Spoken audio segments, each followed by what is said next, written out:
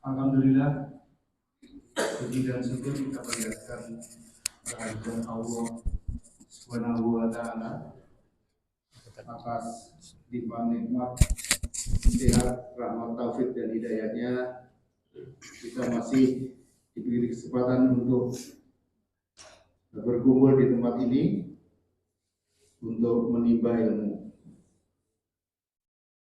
Salawat dan salam kita sanjungkan ke junjungan kita Nabi besar Muhammad Sallallahu Alaihi Wasallam. Allahumma sholli ala sayyidina Muhammad wa ala ali sayyidina Muhammad. Semoga kita menjadi umat pengikutnya dan mendapat syafaat di yaumil akhir nanti. Amin ya rabbal alamin. Terima kasih Ustaz Safarudin yang telah hadir di antara kita semua, yang insya Allah pada pagi ini akan menyampaikan kajian tafsir surat Al-Buruj. Dan terima kasih juga kepada Bapak dan Ibu sekalian yang telah hadir. Mudah-mudahan apa yang akan disampaikan nanti dapat menambah pengetahuan kita, dapat kita amalkan, dan tentunya dapat menambah keimanan kita semua. Amin ya rabbal alamin. Dan terima kasih kepada ibu-ibu yang telah mempersiapkan acara ini. Semoga menjadi amal kebajikan.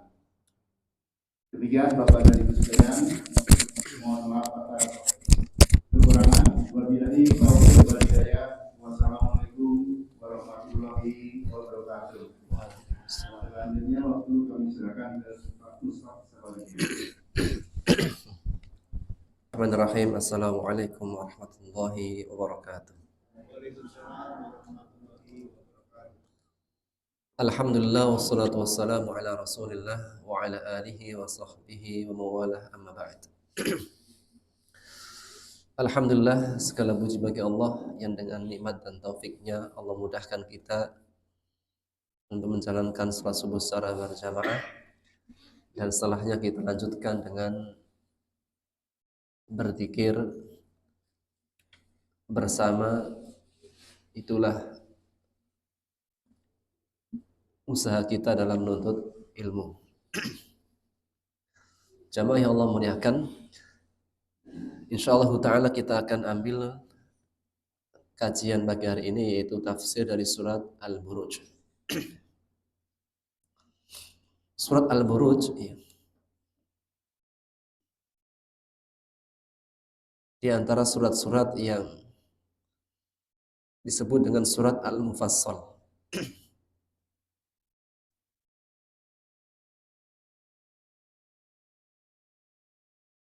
Surat-surat yang dianjurkan Rasulullah SAW oleh beliau untuk membacanya. Ada dari surat Qaf sampai An-Naba, dari surat Qaf sampai surat An-Nas. Maka surat Al-Buruj termasuk salah satu di antaranya. Dan surat Al-Buruj adalah surat yang berbicara tentang as-sabatu 'alal aqidah. Teguh, tegar di atas akidah, keyakinan. Allah berfirman, a'udzubillahi minasyaitonir rajim, bismillahirrahmanirrahim. Was-samaa'i dzatil buruj. Was-samaa'i dzatil buruj. Demi langit yang memiliki gugusan bintang. Wal yaumil mau'ud,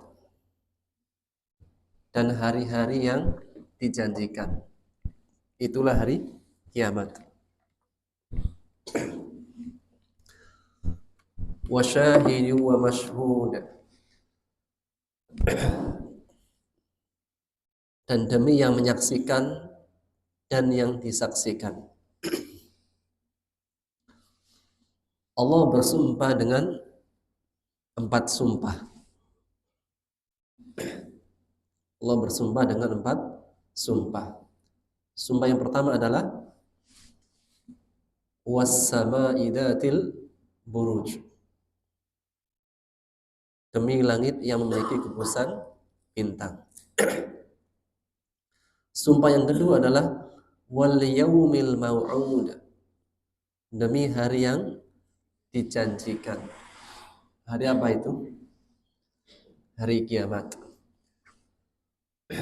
Wa syahidin wa mashhud, demi yang menyaksikan dan yang disaksikan, yaitu 3 dan 4. Wa syahidi, dan yang menyaksikan. As-Sa'di dalam mentafsirkan ayat ini mengatakan segala sesuatu yang menjadi saksi, yang menyaksikan. Wa syahid, dan yang menyaksikan, maka setiap sifat yang menyaksikan. Di antaranya adalah Allah Subhanahu wa taala menyaksikan amal hambanya, malaikat, bahkan diri kita kelak nanti menjadi saksi. Wa mashhud, maka yang disaksikan. Siapa yang disaksikan? Semua yang sifatnya disaksikan.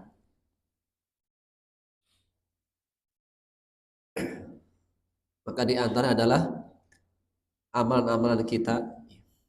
Maka di antara yang disaksikan dalam kehidupan ini adalah amalan kita, atau segala sesuatu yang disaksikan. Misalnya apa? Ada sesuatu yang kita lihat. Ada sesuatu yang kita lihat. Manusia dinamakan manusia karena dia terlihat.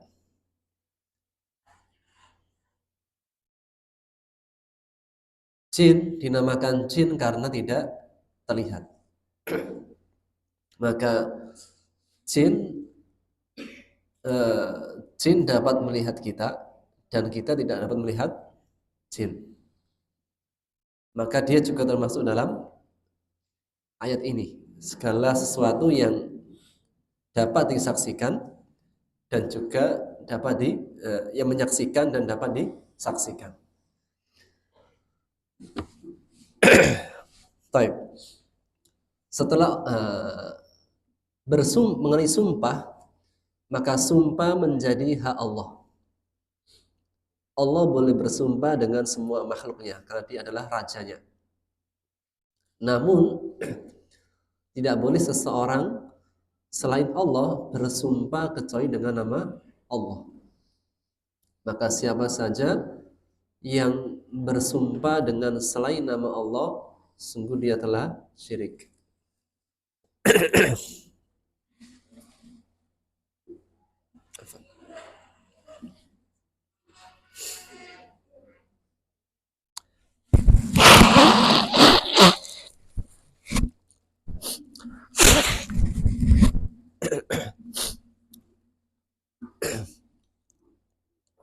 Baik, Afan.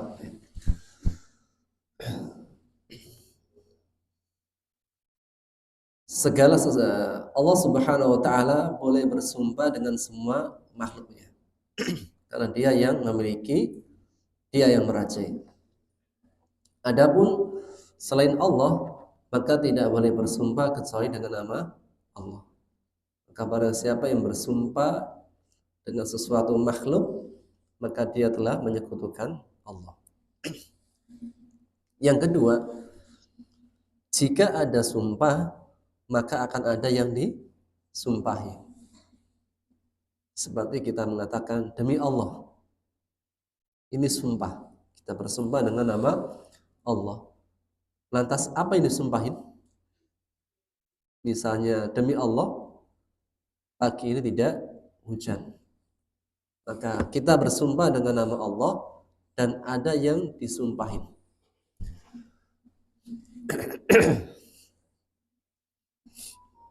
Maka seorang hamba tidak boleh bersumpah kecuali dengan nama Allah, karena tidak ada yang lebih mulia, lebih agung dan segala-galanya kecuali Allah Subhanahu wa taala. Taib. Jika ada sumpah maka ada yang disumpahin. Maka dalam surat Al-Buruj mana yang disumpahin?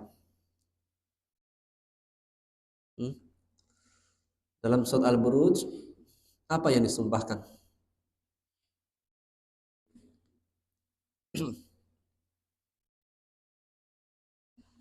Contohnya dalam surat Al-Asr, wal asri, demi masa.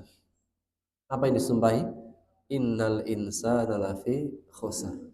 Sesungguhnya manusia rugi. Al-Buruj, demi langit yang memiliki gugusan bintang, demi hari yang dijanjikan, demi yang menyaksikan dan disaksikan.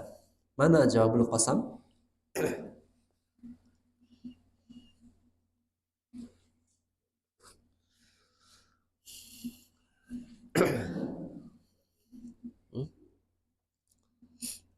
Jawabul qasamnya adalah innal ladzina fatanul mu'minina wal mu'minat. Sesungguhnya orang-orang yang mereka menfitnah. Menfitnah, dan menfitnah di sini artinya adalah menyiksa. Fitnah, apa itu fitnah? Apa itu fitnah, Pak? Kedustaan atau tuduhan. Tentunya Pak, fitnah itu dalam Quran banyak artinya. Fitnah dalam Quran itu tidak hanya tuduhan atau kedustaan, banyak artinya.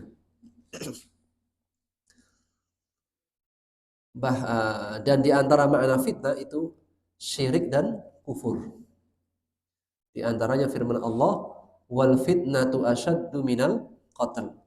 Fitnah itu lebih kejam daripada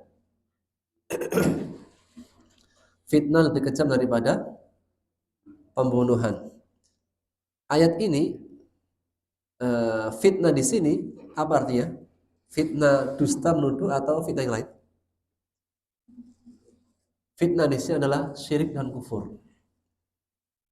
Sehingga wal fitnatu asyaddu minal qatl, fitnah itu lebih kejam daripada pembunuhan. Maksudnya adalah dosa syirik dan kufur itu lebih besar daripada membunuh. Bukan artinya fitnah yang pada kita seperti pada umumnya manusia, yaitu menuduh, membuat kedustaan. Karena manakah lebih besar dosanya, menfitnah atau membunuh? Secara logis, secara rasa itu lebih kejam mana, membunuh atau memfitnah? Si A dituduh mencuri atau dituduh apalah gitu, kemudian dengan dibunuh, mana yang lebih ringan?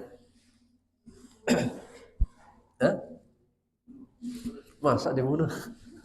Si A ini satu dituduh, dua dibunuh, mana yang lebih ringan? Yang lebih ringan di fitnah kan? Kalau dibunuh lebih keras, menghilangkan nyawa. Makanya apa? Di antara ayat yang sering disampaikan salah ketika ceramah itu ayat tadi. Wal fitnatu asyaddu minal qatl. Fitnah itu lebih kejam daripada pembunuhan. Itu tafsirnya bukan fitnah seperti yang ada di kita. Fitnah di situ tafsirnya adalah dosa syirik dan kufur. Maka orang yang mati dalam keadaan syirik, musyrik, menyembah selain Allah, atau yang mereka mati dalam keadaan kafir, maka dosanya itu lebih besar daripada membunuh. Bukan berarti boleh membunuh, enggak. Membunuh itu dosa besar. Membunuh dosa besar. Namun ada dosa besar yang paling besar. Jadi kita itu ada dosa kecil, ada dosa besar. Maka dosa besar yang paling besar adalah dosa syirik dan kufur. Ada gak orang muslim membunuh? Ada gak orang muslim membunuh? Mungkin terjadi. Orang muslim itu membunuh, itu mungkin terjadi. tetap bahwasanya siapapun yang membunuh ancaman neraka jahanam. Tapi jika dia muslim, dia mukmin, masih ada harapan di akhir nanti surga. Meskipun nanti siksanya sangat panjang dan lama. Berbeda dengan seseorang yang dia itu wafat dalam keadaan musyrik dan kafir, maka pintu surga sudah tertutup. Sehingga makna fitnah itu sangat banyak. Maka firman Allah sebagai jawabul qasam, sebagai jawab daripada sumpahnya, innal ladina fatanu, sesungguhnya orang-orang yang mereka menfitnah atau mendatangkan cobaan. Dalam tafsir di sini adalah membakar. Sesungguhnya orang-orang yang mereka menyiksa, membakar, membantai al-mu'minin, orang beriman laki-laki dan beriman perempuan. Summa lam yatubu, kemudian mereka tidak mau bertobat. Falahum adabu jahannam walahum adabul harik. Bagi mereka siksa neraka jahanam dan siksa yang membakar. Ya Allah, Masya Allah. Betapa luasnya ampunan Allah. Sudah diancam dengan neraka jahanam, tapi masih apa? Allah ajak untuk bertobat. Jadi orang-orang yang merekanya dulu membunuh orang beriman. Mereka yang dulunya itu menyiksa orang beriman. Allah masih ajak. Kemudian mereka setelahnya tidak mau bertobat. Menunjukkan apa? Ajakan untuk bertobat. Jika mereka menyiksa dulunya menyiksa orang beriman, kemudian nggak bertobat sampai akhir hayatnya, bagi neraka jahanam.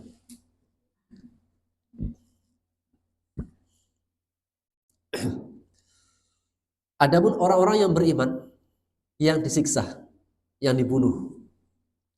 Innal ladzina amanu wa 'amilus shalihat. Orang-orang beriman yang mereka itu dulunya disiksa, dibunuh.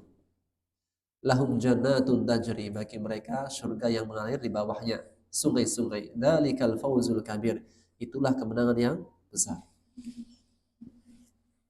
Orang berimannya disiksa, dibantai, dibunuh. Tapi Allah katakan apa? Itulah kemenangan yang besar. Dalam artian, mungkin nggak ada orang beriman itu disiksa mati? Ada. Sebabnya jika terjadi peperangan, jika terjadi genosida gitu. Tapi yang dibunuh sampai mati, Allah katakan itulah kemenangan yang besar. Dibunuh mati itu menang. Dalam artian di mata manusia yang menang itu yang bisa membunuh. Yang dibunuh itulah kalah. Namun di mata Allah yang menang itu yang ketika dia dibunuh, ketika dia mati membawa iman dan amal saleh. Jadi dalam penilaian Allah menang itu siapa yang mati membawa iman dan amal saleh. Kalau di mata manusia yang menang itu yang menang peperangan, yang bisa membunuh. Tapi di mata Allah bahwa yang menang adalah yang mati yang dia membawa iman dan amal saleh. Baik. Untuk mentafsirkan ayat ini, lalu kiranya tentang apa? Tentang latar belakang dari surat Al-Buruj.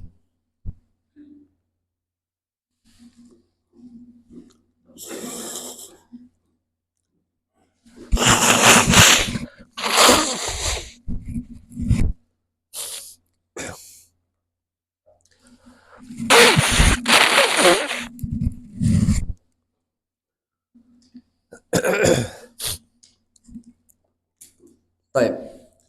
Surat Al-Buruj Allah berfirman, demi wassama'i dzatil buruj, demi langit yang memiliki gugusan bintang. Demi hari yang dijanjikan, itulah hari kiamat. Demi yang menyaksikan dan disaksikan. yaitu segala sesuatu yang bisa menjadi saksi dan segala sesuatu yang disaksikan. Di antaranya adalah yang menjadi saksi Allah, para malaikat, kita sendiri. Yang disaksikan amalan anak hamba, amalan seorang hamba. Allah mengatakan qutila ashabul ukhdud. Binasalah, celakalah, terlaknatlah mereka orang-orang yang membuat parit. An-nari dzatil waqud. Parit ini memiliki api yang sangat besar. Dan tidak hanya memiliki api, dzatil waqud, api yang memiliki bahan bakar. Jadi apinya bergejolak kemudian tidak padam-padam. Untuk apa? Parit api dibuat untuk membunuh orang-orang beriman. Idhum 'alaiha qu'ud. Mereka ashabul ukhdud itu duduk-duduk di atas parit menyaksikan pembantaian orang-orang muslim. Wahum 'ala ma yaf'aluna bil mu'minina syuhud. Dan mereka menyaksikan apa yang mereka lakukan kepada orang-orang beriman. Itulah kisah ashabul ukhdud. Dalam Quran itu ada kisah ashabul fil, ada kisah apa lagi?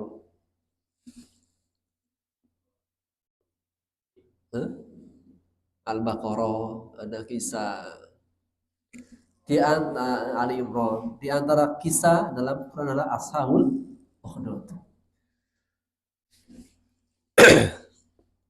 Kisah orang-orang yang membuat parit. Bukan parit biasa, parit api. Apa tujuannya? Untuk membakar, membantai orang-orang beriman. Apa itu kisahnya? Ya, maka disebutkan kisah tentang ashabul ukhdud dalam hadis riwayat Muslim dari sahabat Suhaib Ar-Rumi radhiyallahu an. Yang hadis ini marfu kepada Rasulullah sallallahu alaihi wasallam. Kisahnya, dulu di masa sebelum kalian, di masa sebelum kita siapa? Masa sebelum kita siapa? Sebelum kita Nabi siapa? Dulu sebelum masa kalian, masih sebelum masa Nabi Muhammad sallallahu alaihi wasallam. Masa kita siapa? Nabi Isa. Kan Nabi terakhir Nabi Muhammad. Sebelum Nabi Muhammad Nabi Isa. Nabi terakhir Bani Israel itu Nabi Isa.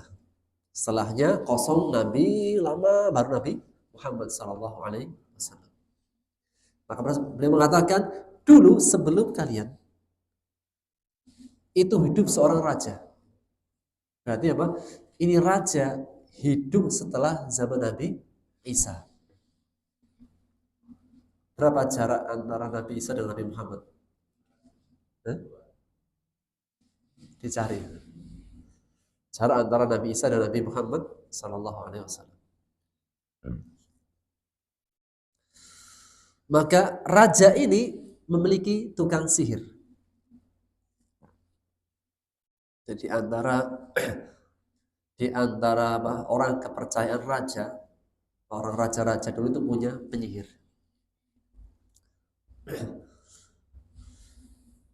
Seperti apa?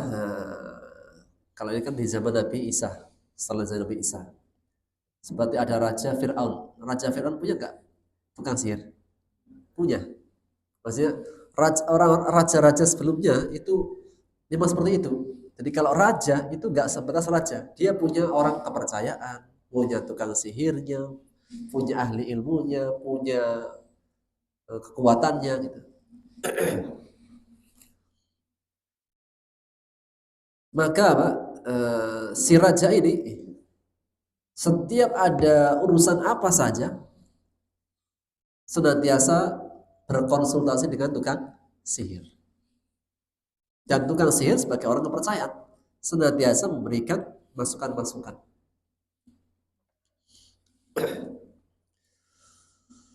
Falamma kabura qala lil malik. Ketika tukang sihir ini sudah tua. Kalau tukang sihir sudah tua, dia yakin dia pasti akan mati. Jadi tukang sihir pun itu meyakini bahwasanya dia pasti akan mati. Maka dia mengatakan kepada rajanya, wahai raja, saya sudah tua. Dan tidak lama saya akan tiada. Maka tolong carikan untukku anak muda yang cerdas. Anak muda yang cerdas, aku akan wariskan kepada ilmu sihir.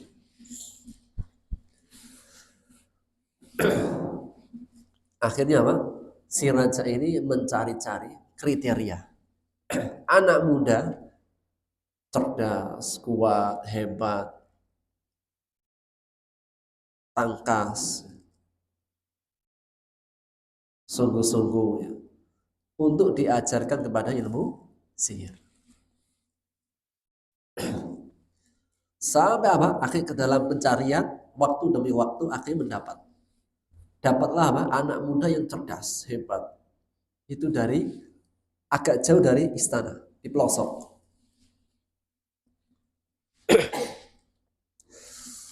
Maka setelah anak muda dihadirkan, maka diajari sihir. Jadi apa? Untuk jadi sihir itu nggak bisa sekaligus privat selesai, Pak. Jadi kalau belajar ilmu itu nggak ada yang instan. Jadi belajar ilmu sihir pun tidak langsung bisa instan, privat. Namanya privat gimana? Lanjutan terus. Belajar ilmu itu tidak ada yang instan, bertahap, dikit demi dikit, berkelanjutan. Demikian juga dengan anak muda ini. Dia setiap hari-harinya itu pokoknya hari-hari itu hanya untuk belajar ilmu sihir. Namun bagaimanapun ini anak muda punya waktu jam-jam belajarnya dan juga ada waktu istirahatnya, ada liburnya. Kalau dia libur, maka dia pulang. Bagaimanapun dia masih punya keluarga, masih punya keluarganya. Maka setiap kali dia liburan, dia pulang. Ketika dia pulang, itu pasti dari istana ke kampung halamannya. Dan itu berulang kali. Belajar ilmu sihir beberapa hari, kemudian pulang. Datang lagi ke penyihir, baru lagi pulang.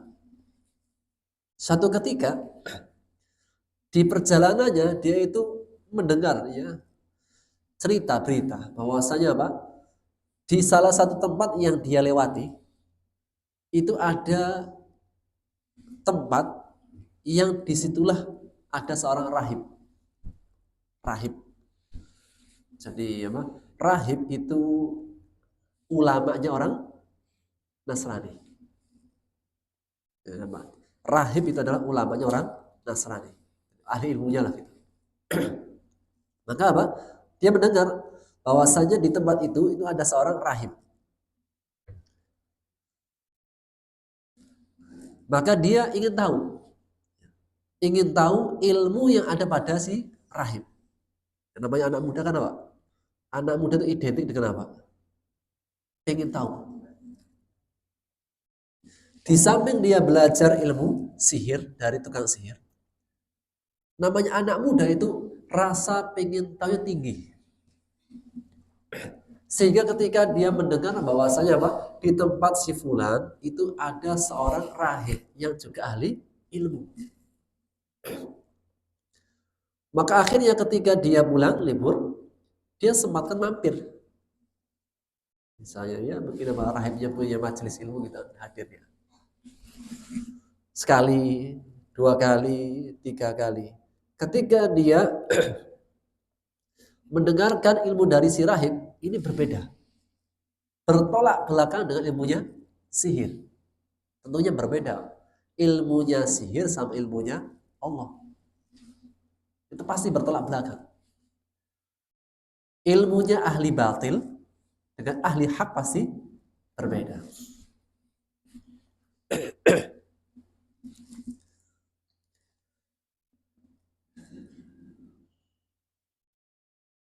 Sampai akhirnya suatu ketika dia berpikir, ya namanya menimbang-nimbang. Ini kok berbeda gitu antara ilmu yang dari sihir dan si rahib.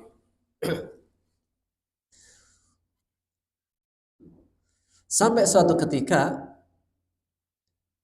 dia itu ketika biasanya itu dari penyihir pulang baru ke rahib. Ini enggak. Ketika dia mau ke tukang sihir, justru mampir ke rahib.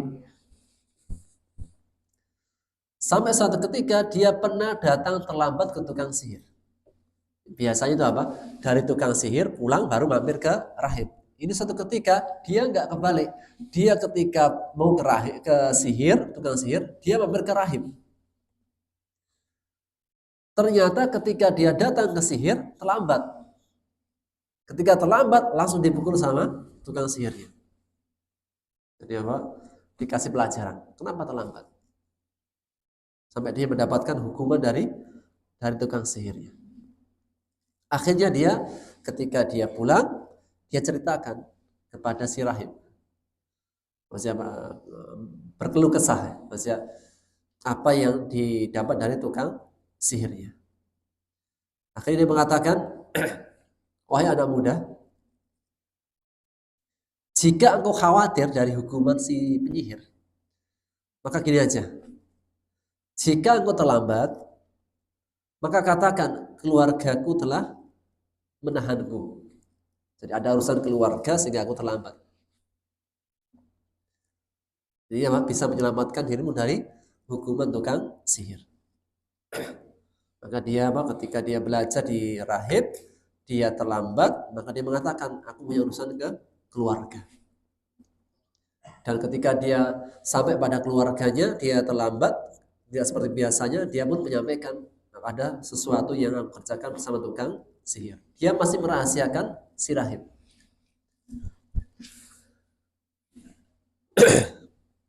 Sampai suatu ketika dia itu semakin bingung. Namanya anak muda, Pak. Semakin hari semakin bergejolak. Kenapa antara ilmu yang aku pelajari dari tukang sihir itu berbeda dengan rahib? Bimbang. Dan dia harus memilih di antara keduanya. Pasti berbeda gitu. Sampai suatu ketika dia tidak bisa mengetahui mana yang lebih afdol, mana yang terbaik untuknya, ilmunya sihir atau ilmunya rahib. Sampai suatu ketika anak muda ini di tengah jalan menuju ke tukang sihir untuk belajar. Tiba-tiba di tengah jalan itu ada hewan yang menghalangi manusia dari jalan. Beberapa penjelasan ada yang menyebutkan hewan yang besar. Jalannya sempit, hewannya besar. Hewan ini itu tidak mau minggir. Atau yang menyebutkan hewan singa, sejenis hewan buas, hewan singa atau macan. Yang ini tidak mau berpindah.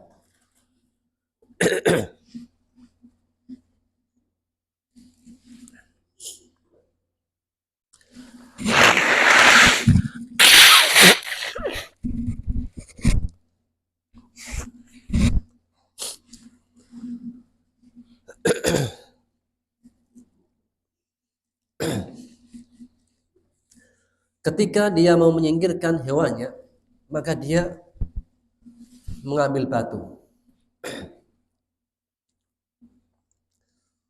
Ketika mengambil batu, dia mengatakan, Allahumma, ya Allah, saya minta petunjuk. Manakah yang benar? Ilmunya sihir atau ilmunya rahib? Dia membuktikan mana yang lebih utama, ilmunya sihir atau ilmunya rahib. Maka dia mengambil batu. Kemudian dia mengatakan, ya Allah, jika ilmunya si rahib lebih engkau cintai daripada ilmunya tukang sihir, maka bunuhlah ya Allah hewan itu dengan batu kecil ini. Akhirnya dia apa? Ketika orang-orang pada mundur menghindari binatang tersebut, dia justru maju mengambil batu kemudian dilempar. Ketika dilempar ternyata langsung mati. Ketika langsung mati maka orang-orang pun takjub. Engkau punya sesuatu yang hebat, anak muda. Maka dia mengatakan, enggak. Ini semua karena Allah. Orang-orang itu enggak paham apa itu Allah. Apa itu Allah? Apa itu Tuhan? Maka dia menjelaskan sesuai ilmu yang diajarkan oleh si rahib. Akhirnya orang-orang semakin mengenal tentang Tuhan, Sang Maha Pencipta Allah. Sampai akhirnya tidak hanya itu. Ini anak muda Allah kasih kelebihan. Apa itu?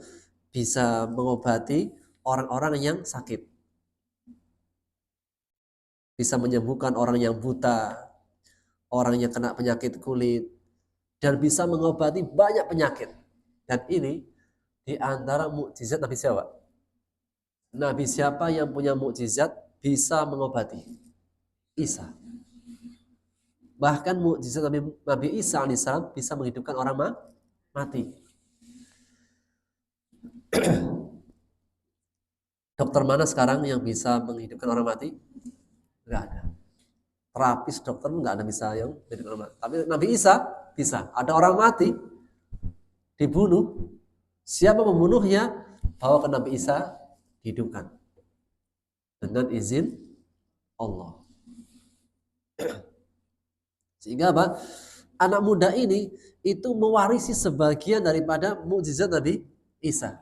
Tentunya apa? Kalau Nabi dikatakan mukjizat. Tapi kalau selain Nabi dikatakan karomah. Jadi karomah. Jadi kalau Nabi namanya mukjizat. Selain Nabi karomah.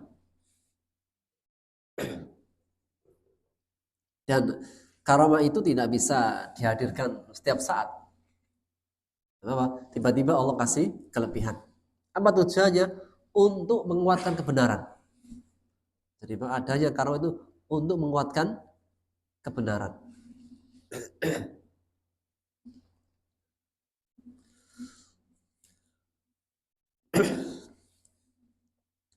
Hingga akhirnya orang itu banyak yang masuk Islam, masuk agama Allah, berbondong-bondong ke anak muda ini. Semakin hari itu penuh majelisnya. Sampai si rahibnya mengatakan, wahai anak muda, sekarang ilmumu jauh lebih hebat daripada ilmuku.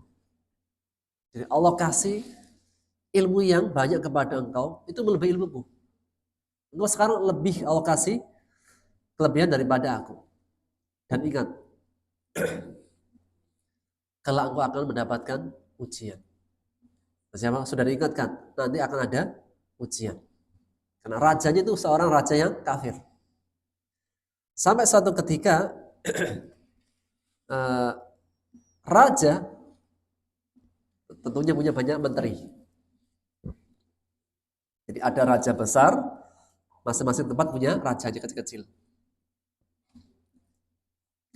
Maka di antara raja-raja kecilnya itu ada raja yang punya sakit mata nggak bisa melihat keduanya atau sebelahnya.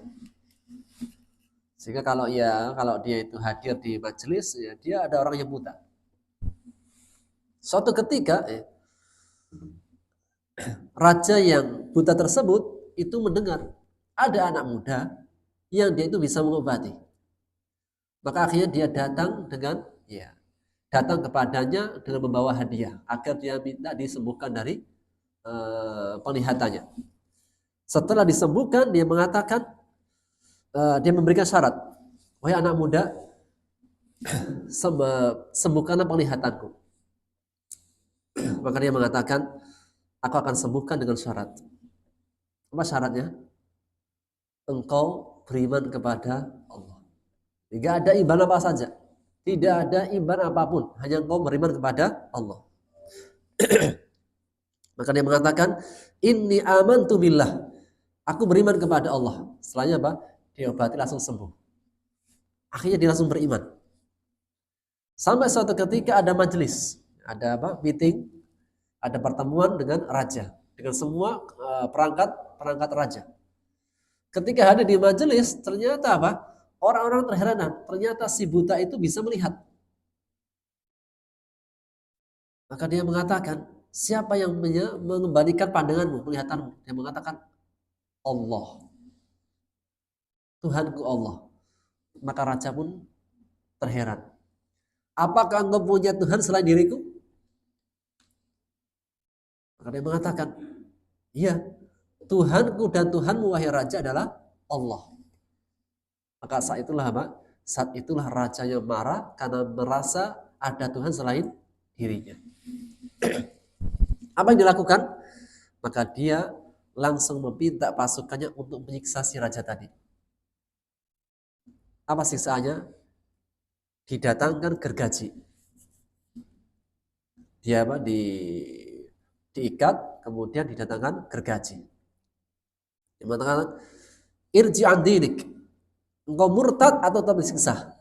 Dia mengatakan tetap. Bahwa Tuhanku dan Tuhanmu adalah Allah. Sampai dia digergaji. Dari kepalanya sampai terbelah menjadi dua. Dan itu yang pernah disampaikan oleh Rasulullah SAW di awal-awal Islamnya. Ketika di awal-awal Islam itu beberapa para sahabat disiksa. Sampai ada seorang sahabat itu yang ditombak dengan tombak dari depan sampai tembus ke belakang. Kemudian para sahabat datang kepada Rasulullah SAW. Ya Rasulullah, minta sama Allah.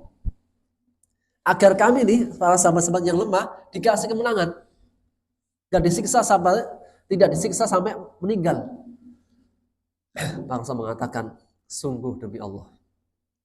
Sebelum kalian, itu ada orang-orang yang ketika dia menjalankan agamanya, itu digergaji. Sampai terbelah menjadi dua. Dan mereka tidak berpaling dari agama sedikit pun. Sedangkan kalian orang yang tergesa-gesa minta kemenangan. Jadi itu Rasul mengatakan justru kalian terlalu tergesa-gesa. Baru saja ya, baru sebentar. Sebelum kita itu ada orang-orang yang disiksa dari agamanya sampai dia mati itu nggak mengubah sedikit pun, nggak murtad. Kemudian orang-orang pun bertanya-tanya, siapa yang mengajarkan si raja tadi beriman kepadanya? Akhirnya dicarilah berita-beritanya. Ternyata ketika dicari-cari beritanya, ternyata anak muda dulu yang diajari sihir.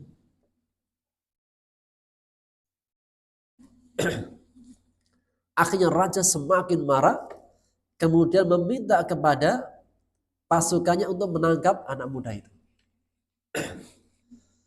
Dan sejak awal ya, si rahibnya sudah mengatakan, engkau akan mendapatkan ujian. Dan jika engkau terkena ujian, tolong jangan sebut namaku. Jadi gurunya bilang, kalau nanti kau dapat ujian, jangan sebut namaku. Tapi bagaimanapun raja punya intelijennya, punya pasukan rahasianya, semuanya akhirnya terkena.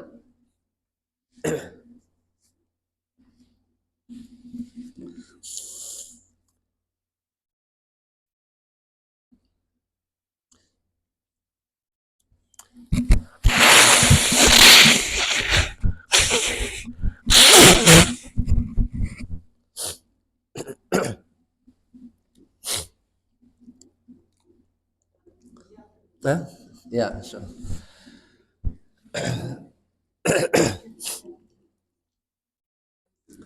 akhirnya raja meminta si raja setelah menangkap anak muda itu, rajanya memberikan pesan kepada pasukannya, bawa anak muda ini ke atas bukit gunung.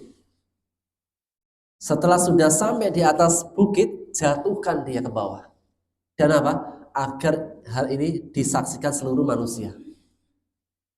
Setelah ditangkap, maka dibikinlah pengumuman. Hari ini akan dijatuhkan anak muda itu dari atas gunung sebagai bentuk hukuman. Maka pasukan membawa ke atas gunung, ke atas bukit. Ketika sudah sampai di atas bukit, maka anak muda tadi mengatakan, Allah makfirihim bima syi'tu. Ya Allah, cukupkanlah aku denganmu dari mereka. Allah makfirihim bima syi'tu. Maka tiba-tiba gunungnya bergoncang. Akhirnya Pak, semua pasukan pada berjatuhan. Justru apa? Mereka yang jatuh dari gunung. Adapun anak muda ini tidak jatuh dan tetap hidup. Akhirnya dia turun. Setelah semuanya sudah mati dan jatuh dari atas gunung, dia turun ke bawah. Anak muda kalau ditekan gimana? Anak muda kalau ditekan gimana? Justru maju.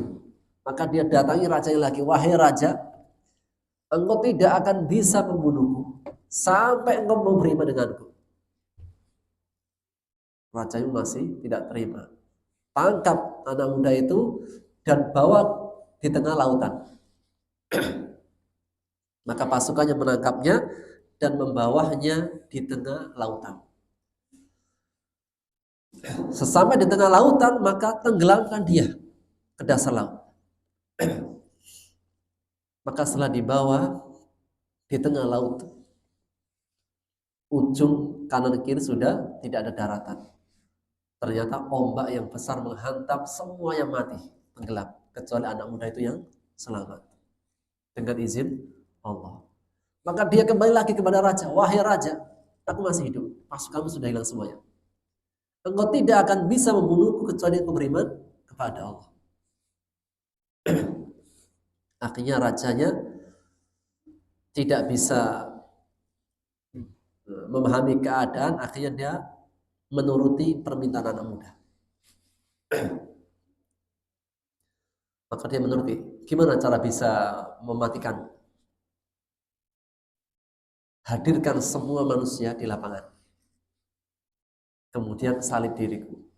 Setelah engkau salib, maka apa? Engkau ambil anak panah. Engkau ambil anak panah, kemudian engkau panah.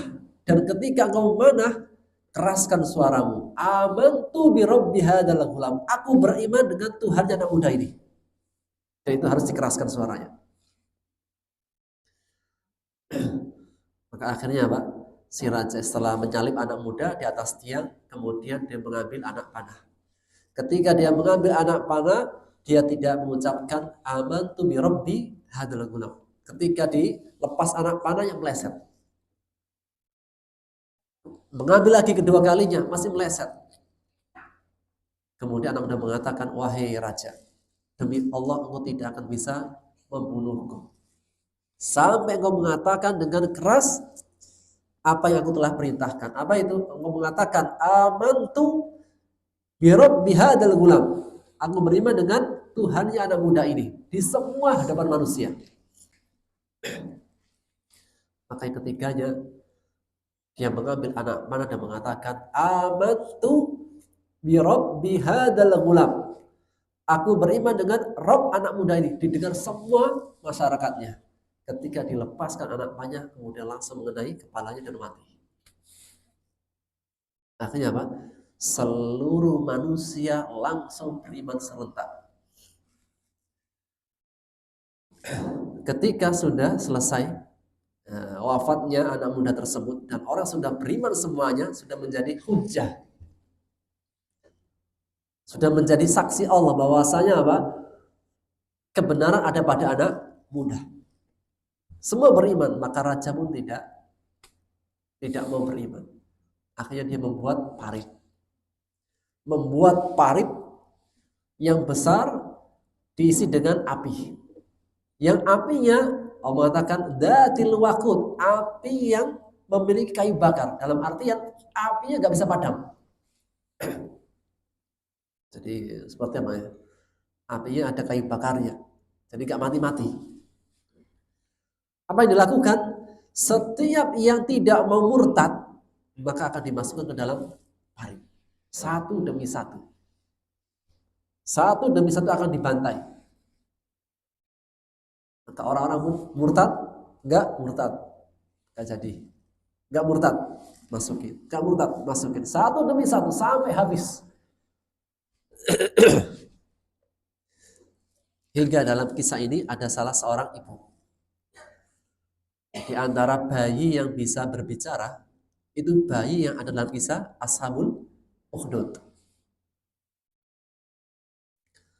Ada seorang ibu yang baru melahirkan. Anaknya masih merah, baru lahir. Yang mau tidak mau dia harus menjalani eksekusi tadi, mati. Ketika diminta kepadanya, wahai seorang ibu, murtad atau tidak? Tidak. Maka apa? Ibunya harus melangkah masuk ke dalam parit api.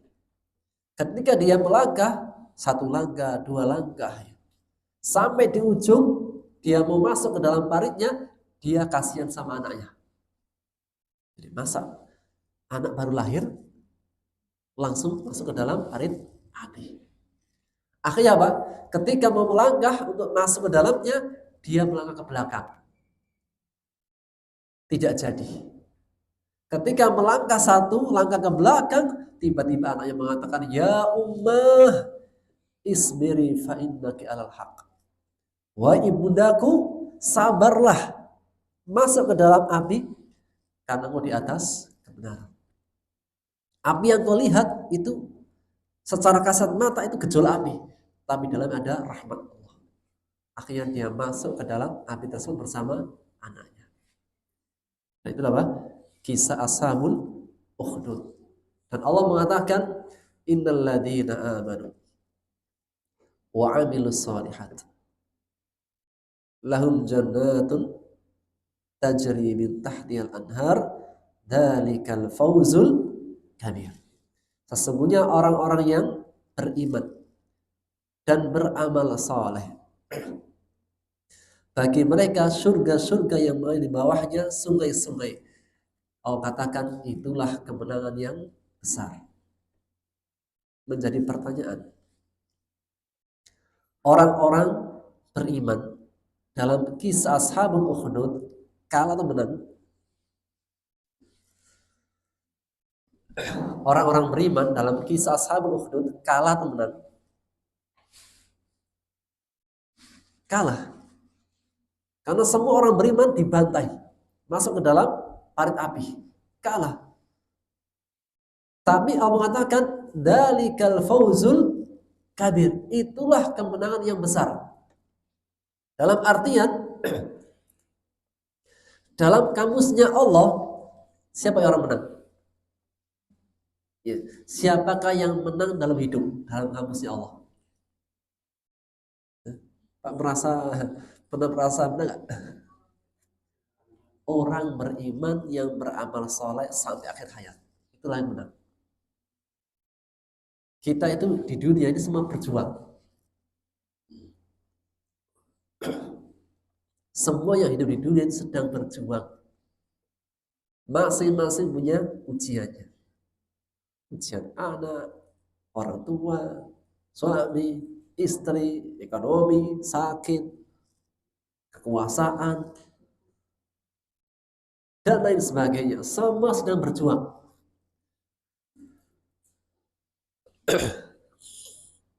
Semua sedang berjuang dalam perjuangannya. Dan kelak nanti ada garis finishnya. Apa garis finishnya? Mati. Yang miskin terus mati gak? Mati. Yang kaya terus? Mati. Presidennya? Mati juga. Ustadznya pun mati. Jamaahnya semuanya 100 tahun yang akan datang. 100 tahun yang akan datang. Insya Allah dengan izin Allah semuanya nih yang hadir. Gak usah disebut tuh. Pak Bambang, Pak Karim, Pak Eko, semuanya tinggal nama Pak.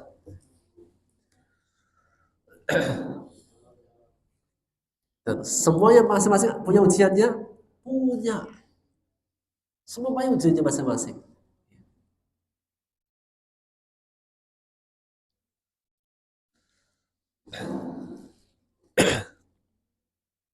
Sehingga apa pesannya dalam surat Al-Buruj?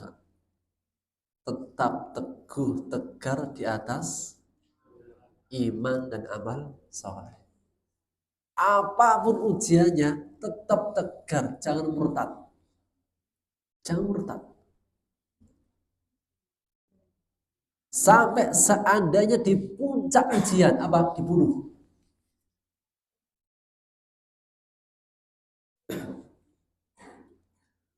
Ya, ujian ini ya, ujian berat, ujian nyawa.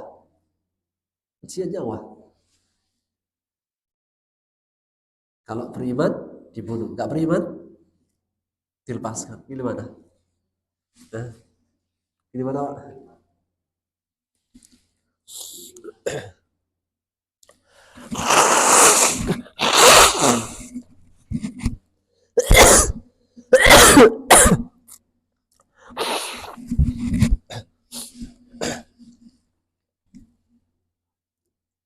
Disiksa terus.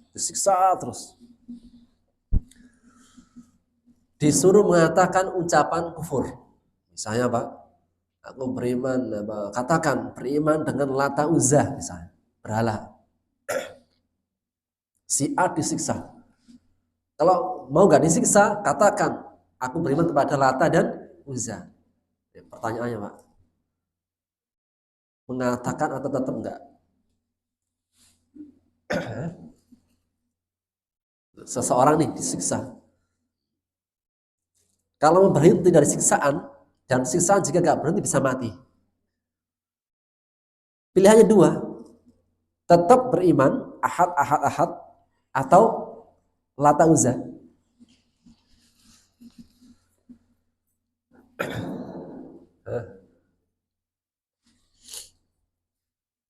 Pilih mana Pak? Kata-kata udah siap mati.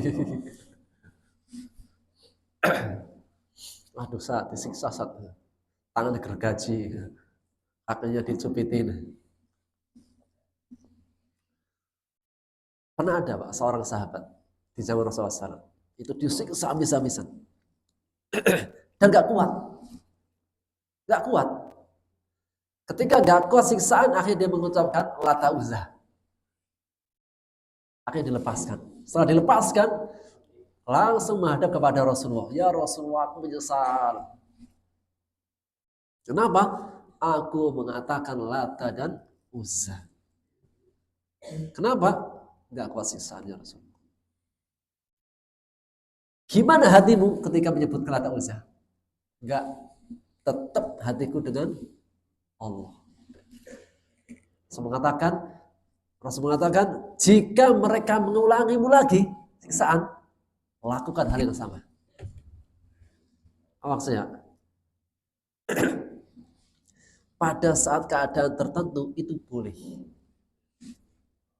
Tapi hatinya tetap beriman. Gak semua orang itu kayak Bilal. Maksudnya, ada itu yang kuat siksaan, disiksa enteng saja Pak. Bilal itu disiksa enteng saja. Ditumpuk batu yang besar,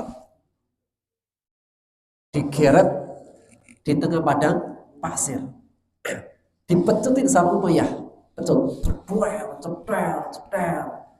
Bilal, Lata Uzza, ahad. Lata Uzza, ahad. Sampai Umayyah itu capek memecutin Bilal karena mengucapkan ahad. Sampai ketika Bilal dibebaskan, orang-orang beriman pada tanya, wahai Bilal, apa rahasia menurut kuat? Kata Bilal, Afrika baik. Masya Allah, enggak. Kata Bilal, aku itu kalau nyebutkan ahad, itu lezat dalam hati. Lezat. Jadi rasa sakitnya siksaan, aku campur dengan kelezatan. Dan ternyata menang lezatnya. Sehingga apa? Ahad. Sampai akhir ahad. Ini Bilal. Ada yang gak sekuat Bilal. Ahad, pecut, ceter. Waduh, sakit kita. Akhirnya Pak, ini kalau dilanjutkan gak kuat dia. Akhirnya dia memilih tadi sikap tadi. Dia mengucapkan Lata Uzza, tapi apa? Hatinya mengingkari.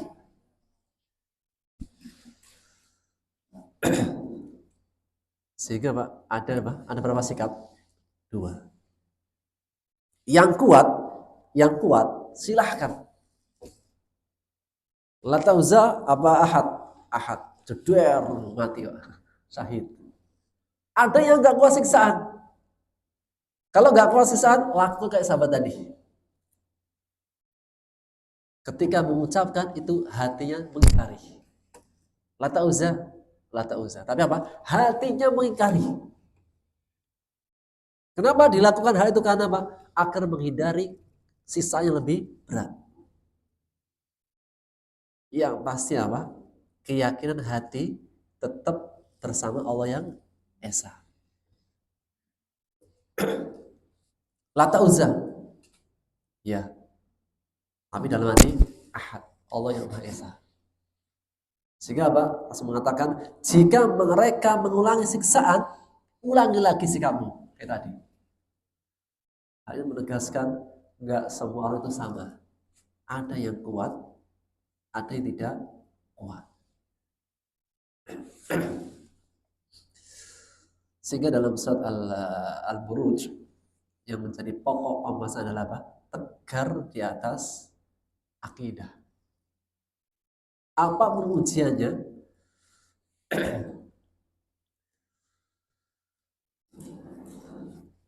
iblis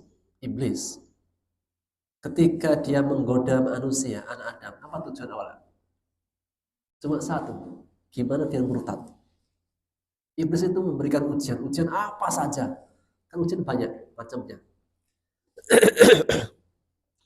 Mungkin ujian ekonomi, ujian anak, ujian keluarga, ujian macam-macam.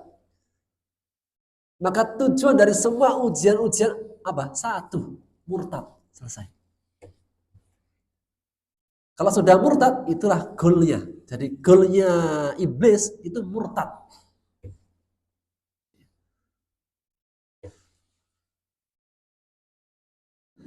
Maka apapun jenis ujiannya, tetaplah tegar di atas agama Allah.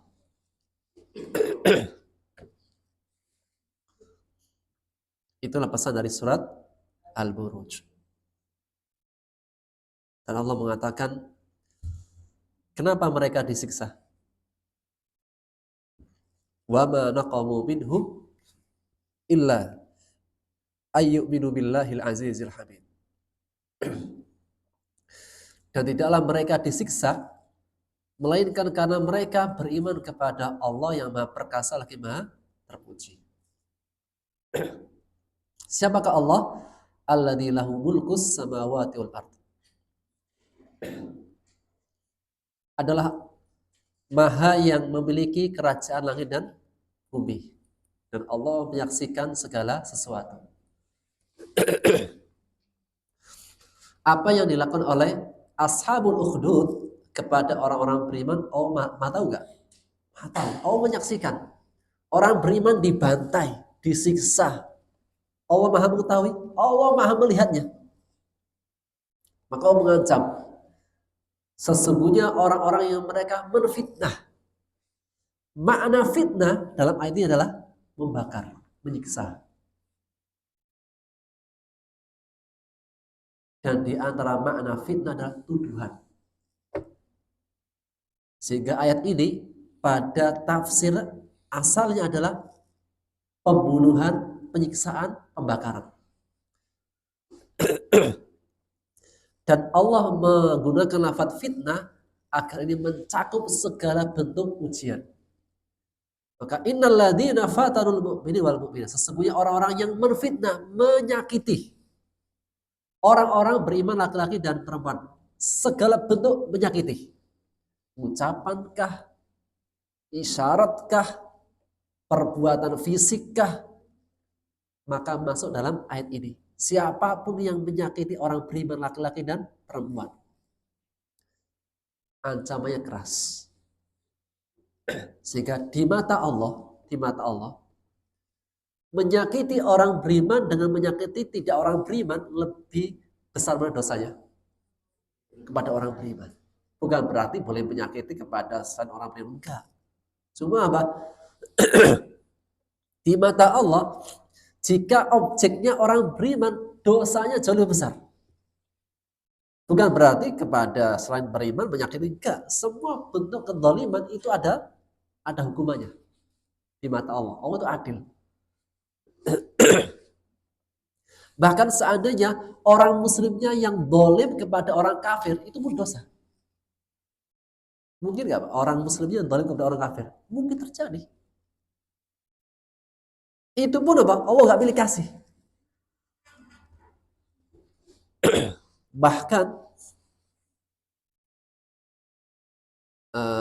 para ulama mengatakan,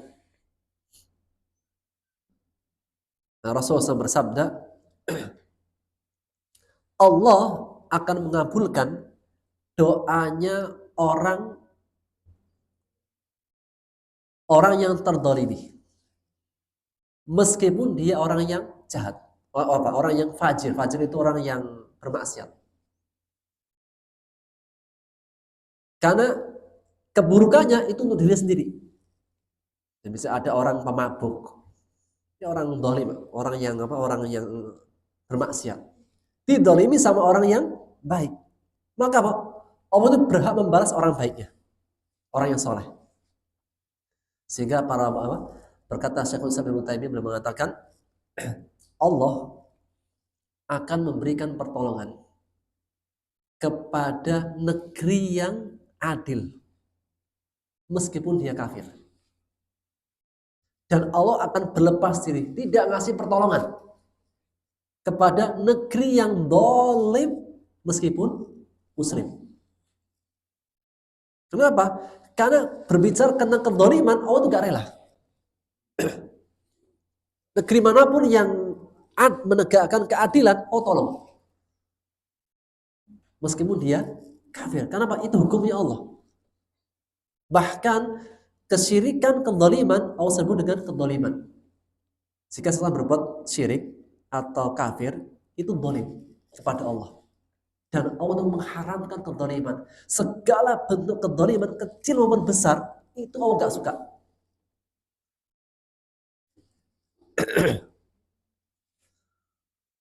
Itulah apa? Maha adilnya Allah. Dan siapapun yang menyakiti orang beriman, ancamnya langsung neraka jahanam dan siksa yang membakar.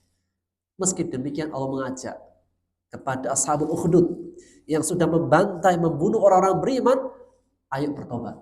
Summa lam yatubu, jika mereka tidak bertobat. Dalam artian, selama ashabul ukhdud masih hidup, kemudian mereka nggak bertobat, berarti apa? Allah ajak bertobat. Menunjukkan apa? Betapa luasnya ampunan Allah. Sudah membunuh, tapi Allah masih ajak bertobat. Ayo bertobat. Allah ajak bertobat, masih gak bertobat. Nah, ini ancamannya. Neraka jahanam dan siksa yang membakar. Nah, ini menegaskan akan luasnya ampunan Allah. Allah itu sangat maha luas ampunannya. Namun apa? Siksanya sangat keras. Sekelas ashabul ukhdud yang sudah membakar, membantai, masih Allah ajak untuk bertaubat. Hal ini menegaskan pintu taubat Allah itu tidak pernah tertutup. Selama nyawa masih dalam badan. Matahari belum terbenam belum terbit dari barat. Maka pintu taubat masih terbuka. Setelahnya Allah mengatakan sesungguhnya orang-orang yang beriman, yang beramal saleh, bagi mereka surga yang mengalir bawahnya sungai-sungai, itulah kemenangan yang besar. Sehingga siapakah yang menang? Dalam kamusnya Allah, siapa yang menang? Orang yang mati membawa iman dan amal saleh. Semoga kita semuanya menjadi hamba-hamba Allah yang mendapatkan kemenangan dalam dunia ini. Wallahu ta'ala bisawab. Ini yang bisa kita ambil faedahnya.